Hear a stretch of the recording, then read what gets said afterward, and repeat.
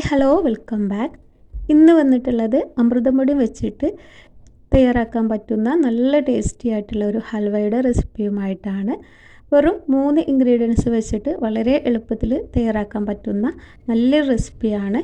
അതുപോലെ തന്നെ കുട്ടികൾക്കും വലിയവർക്കൊക്കെ ഒരുപോലെ ഇഷ്ടമാവുന്ന ഒരു അടിപൊളി ഹൽവയുടെ റെസിപ്പിയാണ്.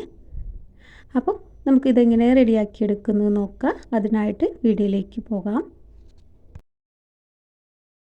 അപ്പോൾ അതിന് വേണ്ടിയിട്ട് ഞാനിവിടെ ഒരു പാക്കറ്റ് അമൃതം പൊടി എടുത്ത് വെച്ചിട്ടുണ്ട്. ഇതിൻ്റെ ഡേറ്റൊക്കെ നോക്കിയിട്ട് നമുക്ക് ഉപയോഗിക്കാം. അപ്പോൾ ഇത് നമുക്ക് 6 മാസം മുതൽ 3 വയസ്സ് വരെ പ്രായമുള്ള കുട്ടികൾക്ക് നഴ്സറിയിൽ നിന്ന് കിട്ടുന്ന നമ്മുടെ അമൃതം പൊടിയാണ്. ഇനി നമുക്ക് വലിയൊരു അരമുറി തേങ്ങയാണ് ഞാനിവിടെ എടുത്ത് വെച്ചിട്ടുള്ളത്. നിങ്ങൾക്ക് വേണമെന്നുണ്ടെങ്കിൽ ചിരകി എടുക്കുക. ഞാനിത് ഇതുപോലെ കഷ്ണങ്ങളാക്കിയിട്ടാണ് എടുത്തിട്ടുള്ളത്. ചെറിയ തേങ്ങയാണെങ്കിൽ 2 മുറി എടുക്കുക.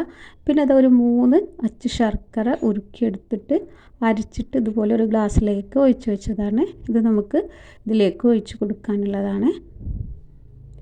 ഇനി നമുക്ക് ഈ ഒരു തേങ്ങയുടെ കഷ്ണങ്ങൾ നമുക്ക് മിക്സിയുടെ ജാറിലിട്ടിട്ട് ഇതിൻ്റെ തേങ്ങാപ്പാലൊന്ന് ഉണ്ടാക്കിയെടുക്കണം. അപ്പോൾ ഞാനിത് മുഴുവനായിട്ടും ഈ ഒരു മിക്സിയുടെ ജാറിലേക്ക് ചേർത്ത് കൊടുക്കുന്നുണ്ട്. ഇത് ആദ്യം ജസ്റ്റ് ഒന്ന് ക്രഷ് ചെയ്തെടുക്കണം. അപ്പോൾ ചെറുകിയ തേങ്ങയാണെങ്കിൽ ക്രഷ് ചെയ്യേണ്ട ആവശ്യമില്ല. നേരെ വെള്ളം ഒഴിച്ചിട്ട് തേങ്ങാപ്പാൽ എടുത്താൽ മതി.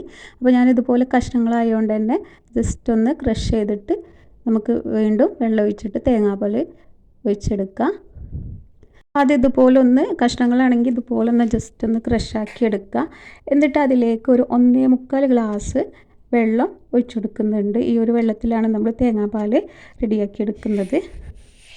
അപ്പോൾ നമ്മൾ ഏത് ഗ്ലാസ്സിലാണോ അമൃതം പൊടി എടുക്കുന്നത് അതേ ഗ്ലാസ്സിലാണ് നമ്മൾ 1.25 ഗ്ലാസ് വെള്ളം ഇതിലേക്ക് ഒഴിച്ചു കൊടുത്തിട്ടുള്ളത്.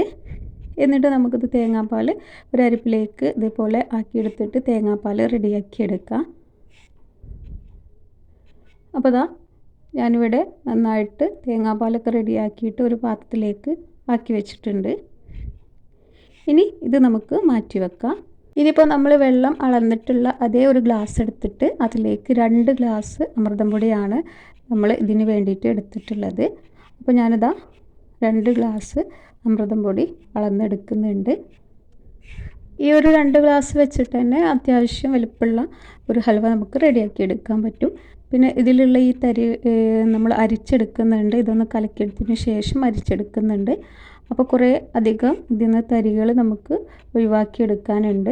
അപ്പോൾ ഞാനിവിടെ 2 ഗ്ലാസ് അമൃതം പൊടി ഇതിലേക്ക് അളന്ന് ഇട്ടെടുക്കുന്നുണ്ട്.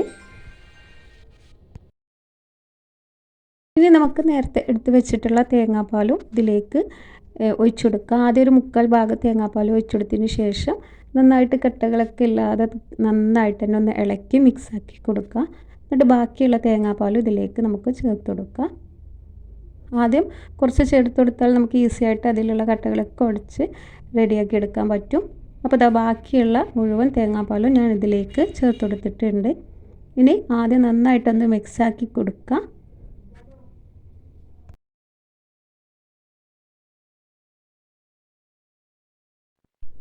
അപ്പോൾ അത് നല്ല രീതിയിൽ ഞാൻ ഇളക്കി മിക്സാക്കി എടുത്തിട്ടുണ്ട്.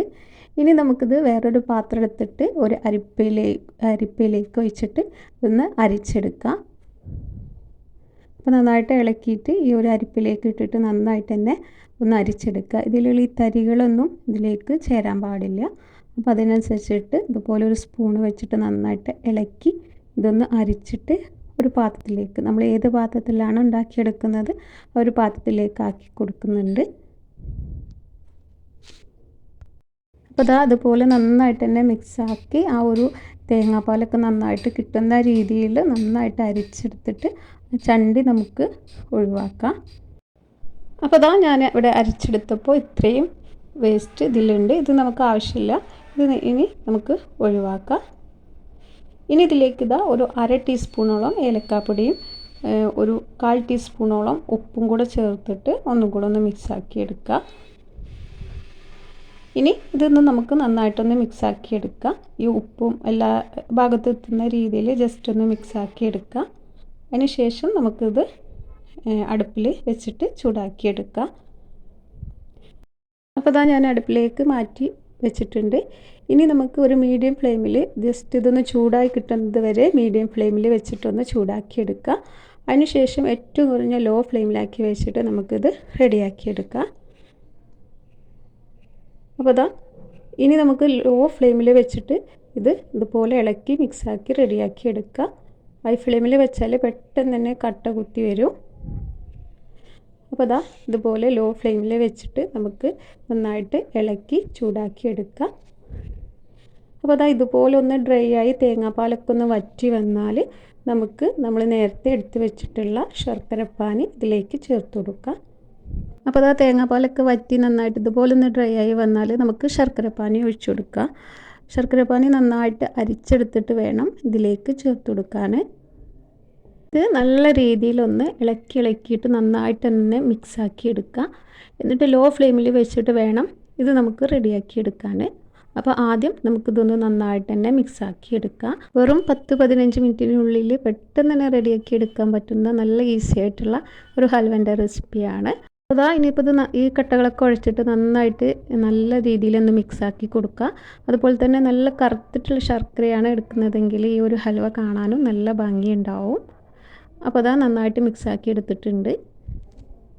ഫ്ലെയിമിൽ വെച്ചിട്ട് ഇതുപോലെ ഇളക്കി ഈ ഒരു ചട്ടിയിൽ നിന്ന് വിട്ട് കിട്ടുന്ന ഇതേപോലെ രീതിയിലാകുന്നത് വരെ നമുക്ക് ഇളക്കി റെഡിയാക്കി എടുക്കുക. അതുപോലെ തന്നെ ഇതിലേക്ക് നമ്മൾ നെയ്യോ എണ്ണയൊന്നും യൂസ് ചെയ്യുന്നില്ല. നിങ്ങൾക്ക് വേണമെന്നുണ്ടെങ്കിൽ ഒരു ടേബിൾ സ്പൂൺ നെയ്യൊക്കെ യൂസ് ചെയ്യാം. ഇനി നമുക്ക് ഇതിലേക്ക് വേണമെന്നുണ്ടെങ്കിൽ നട്ട്സുകളൊക്കെ ചേർത്ത് കൊടുക്കാം. അപ്പോൾ ഞാനിവിടെ കുറച്ച് കാഷ്യൂ നട്ട് ഒന്ന് ചെറുതാക്കി നുറുക്കിയിട്ട് ഇതിൻ്റെ കൂടെ ചേർത്ത് കൊടുക്കുന്നുണ്ട്. നിങ്ങൾക്ക് വേണമെന്നുണ്ടെങ്കിൽ ഈത്തപ്പഴമൊക്കെ ഉണ്ടെങ്കിൽ അങ്ങനെയും അതൊക്കെ ചേർത്ത് കൊടുക്കുക. ഏകദേശം ഒരു 10-15 മിനിറ്റിനുള്ളിൽ നമുക്ക് ഇതുപോലെ റെഡിയായി കിട്ടും. അധികമായിട്ട് സമയം വെച്ചിട്ട് ചെയ്തെടുക്കണ്ട.